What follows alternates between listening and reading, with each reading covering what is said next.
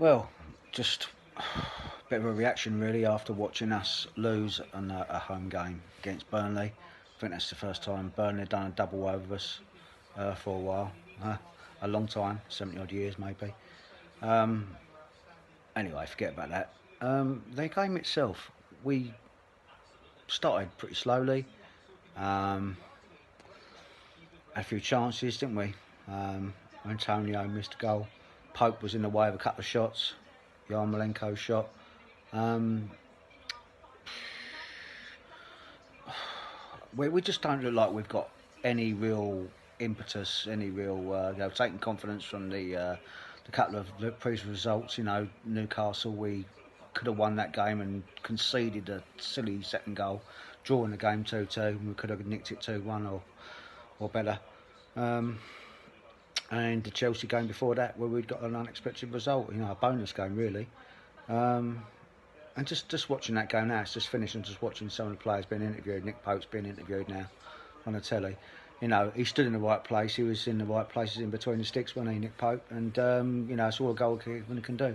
But our finishing wasn't good enough. Our final ball in the final third wasn't good enough. And don't even start me off on our fullbacks, Cresswell and Fredericks. It's just awful. The pair of them are just awful. They're so exposed, slow, don't cover the crosses coming in, don't get their foot in. I mean, Fredericks gets away with it because of his pace. He made one recovery and tackle early in the first half, I think, where just his sheer pace got him out of trouble. But as a footballer, as a defender, he's just pony.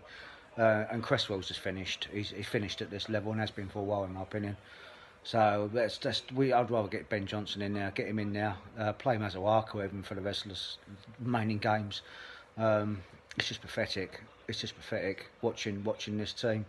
They had a little bit of a go, had a few spells, didn't we? And Moyes and his subs is so slow, making substitutions, knowing the importance of this game. And we got Norwich to play on Saturday, haven't we?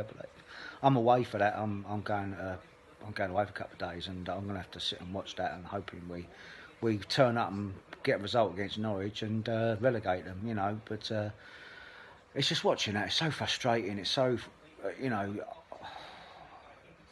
can't even bring anything positive out of the game. It's got to be one of our worst performances, and we are inconsistent. We're always going to be inconsistent.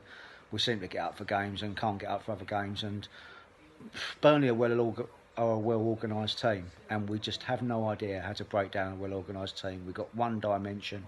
He brings Haller on eventually. We just haven't got no real pace and zip. We look like we're one paced. We playing at home, need the points.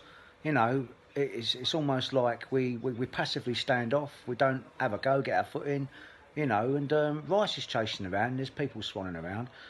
I don't know. I like Fornals, but he's completely wasted that game. I don't think Fornals put anything positive in that game at all. He's been pretty ineffective for me.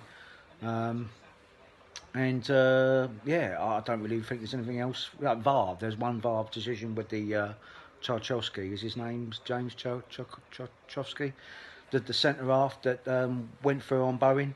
I mean, that Arsenal striker for against was it Arsenal were playing last night, wasn't it? The other night.